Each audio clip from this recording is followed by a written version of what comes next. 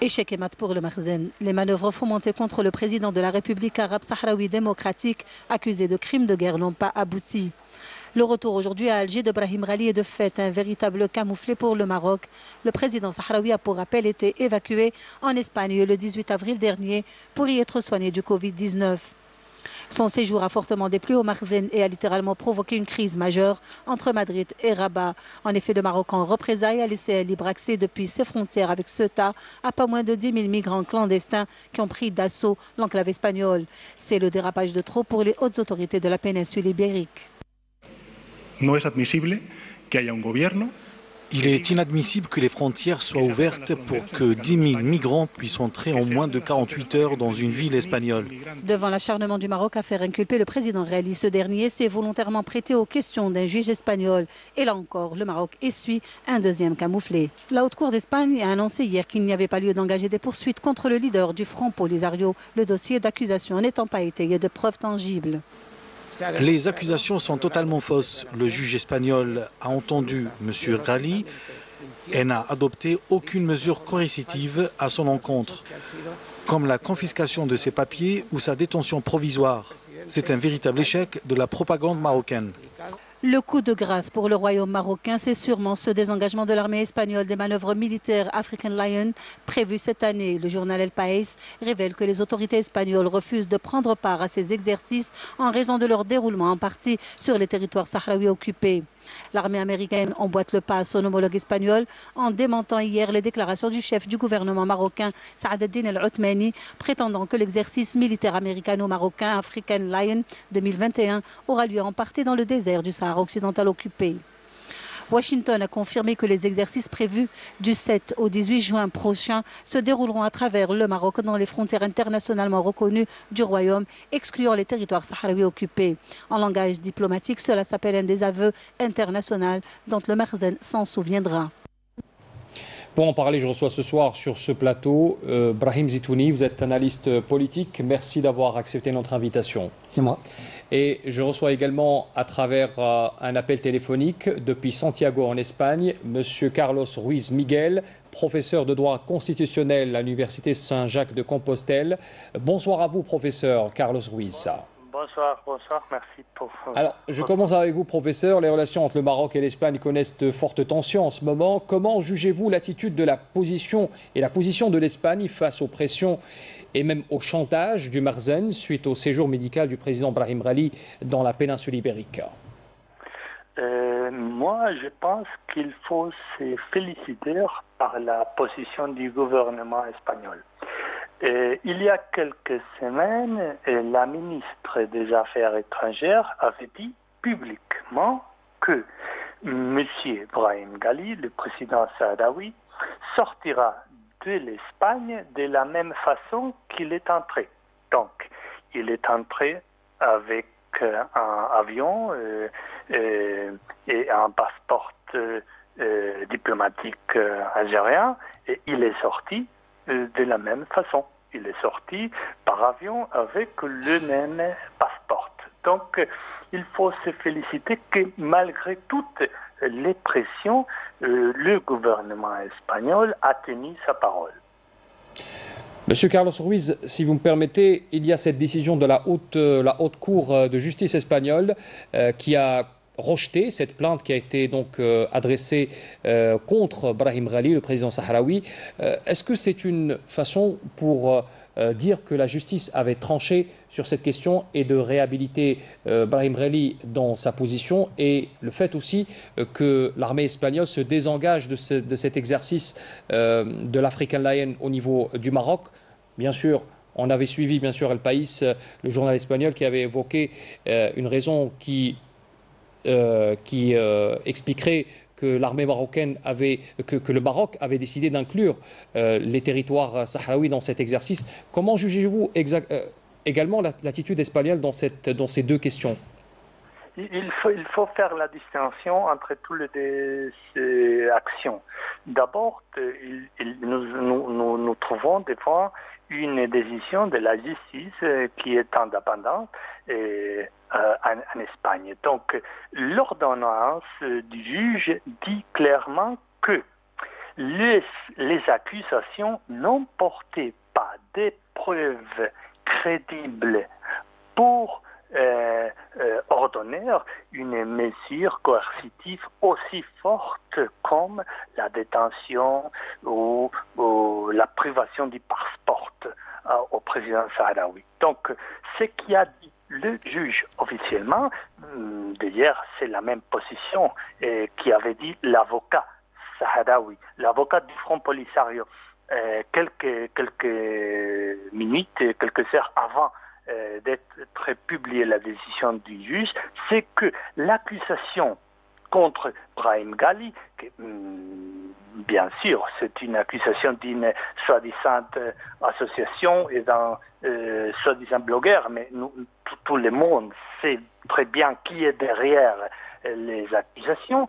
Les accusations n'ont porté, n'ont pas présenté des preuves crédibles, des preuves concrètes contre le président Brahim Ghali. Ça, c'est d'abord la première décision. La seconde, je ne sais pas si, dans un premier moment, les États-Unis avaient vraiment prévu de faire ces manœuvres, ces exercices militaires au Sahara occidental occupé. Donc, je ne sais pas si finalement la décision américaine s'explique par le rejet espagnol à participer dans cette manœuvre ou il y a d'autres raisons. À cet égard, je vais vous rappeler qu'il y a d'autres pays qui participent à cet exercice militaire, hors l'Espagne bien sûr, d'autres pays qui ne reconnaissent pas l'occupation marocaine au Sahara occidental. Donc, cette éventuelle manœuvre au Sahara occidental, cet éventuel exercice, fâcherait aussi d'autres États, pas seulement l'Espagne. Et donc, la position américaine est une position sage et qui, c'est très important, contredit la déclaration de décembre, de novembre du ancien président Trump et l'accord tripartite Israël, Maroc, États-Unis de décembre qui prônait une reconnaissance d'une soi-disant souveraineté marocaine sur le Sahara occidental. Monsieur Carlos Ruiz Miguel, professeur de droit constitutionnel à l'Université de Saint-Jacques-de-Compostelle, merci d'avoir été avec nous à partir de Santiago, en Espagne. Merci encore une fois, professeur. Alors, je reviens à mon invité, Brahim Zitouni. Bonsoir à vous encore une fois. L'attitude du Maroc, on vient de le voir dans ce sujet, est à peine croyable. Les méthodes du Marzane pour faire pression dérogent complètement avec les accords de coopération entre pays censés être partenaires. Votre commentaire là-dessus? Bismillah ar-Rahman ar-Rahim. La seule chose qui me vient à l'esprit, c'est une phrase exceptionnelle de pertinence de Salah Dembri, un regretté ministre des Affaires étrangères de la grande diplomatie algérienne, qui, à propos de la question palestinienne, disait « La diplomatie algérienne n'a pas l'habitude de raser les murs ». Eh bien, je crois qu'aujourd'hui, la diplomatie sahraoui a démontré qu'elle n'a pas l'habitude de raser les murs, qu'elle est dans son droit, le droit international consacré par les Nations Unies, qui font du territoire sahraoui un territoire à décoloniser. Et parce que c'est un État qui est consacré sur le droit, la démarche du président sahraoui a été celle du droit, celle de se présenter devant la justice, confrontation de laquelle il est sorti vainqueur parce qu'il a pu tout simplement démontrer les mensonges marocains. Je voudrais à ce propos signaler que ce n'est pas la première fois que l'État algérien accorde un passeport diplomatique à un grand leader international. Je dois vous rappeler que le président Yasser Arafat voyageait dans le monde avec un passeport diplomatique algérien, avec un avion algérien, avec des gardes du corps rapprochés algériens. C'est ce que fait l'Algérie pour toutes les causes justes. Elle l'a fait pour le président Yasser Arafat, elle le fait pour le président Ghali. Ce n'est que le devoir d'une diplomatie engagée aux côtés des causes justes. Je vous renvoie vers la question de tout à l'heure. Comment jugez-vous l'attitude du Marzane sur cette question? Toutes ces péripéties qu'on a vécues ces derniers jours, ces pressions, ce chantage, ces manœuvres pernicieuses, comment vous les jugez? D'abord, elles sont basées sur le mensonge. Rappelez-vous, on nous a dit que Ibrahim Ghali était rentré en Espagne sous un prête-nom, comme s'il s'agissait d'un fugitif qui allait se réfugier je ne sais où. Et puis qu'il serait accusé de viol et de crime. Enfin, qu'un tissu de mensonges. De génocide aussi, on a entendu aussi ce chef d'inculpation. L'ensemble de ces désinformations viennent aujourd'hui démontrer qu'en réalité, la diplomatie du Merzen est une diplomatie de mythomane. Il y a là une démarche qui est exceptionnelle, où ils finissent par croire à leurs propres mensonges. Ils y croient tellement qu'ils engagent d'autres nations à réaliser des manœuvres là où elles n'étaient pas prévues, ou là où elles n'ont jamais existé. Il y a aussi un mensonge là-dessus. Mais bien entendu. Donc on voit bien que c'est la diplomatie de la mythomanie, du mensonge. Il y a, et c'est ça qui est plus inquiétant, une sorte d'infantilisme marocain dans ces tentatives peut-être. Non, dans son attitude vis-à-vis de la question du Sahara occidental, il y a un infantilisme qui maintenant devient la risée non seulement de ses voisins, mais de l'ensemble de ses voisins espagnols, mais de l'ensemble de la communauté Justement, européenne. M. Brahim Zitouni, l'attitude espagnole dans cette crise, comment vous la jugez, cette position espagnole dans cette gestion de toutes ces démarches je rappelle encore une fois le mot pernicieuse, parce que c'est le mot qui caractérise ces gestes qui ont été, qui émanent du Merzen, encore une fois.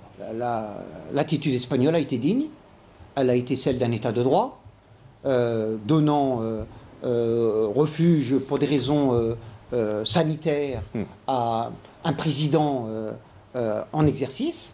Elle a été digne dans la mesure où elle a respecté son droit, et le droit international de manière générale. Donc ça a été une position de fermeté, de droit, comme il sied à un grand État tel que est l'État espagnol. Brahim Zitouni, analyste politique, merci d'avoir été avec nous pour nous éclairer sur cette situation et sur cet épilogue qui a caractérisé donc cette crise entre le Maroc et l'Espagne. C'est moi.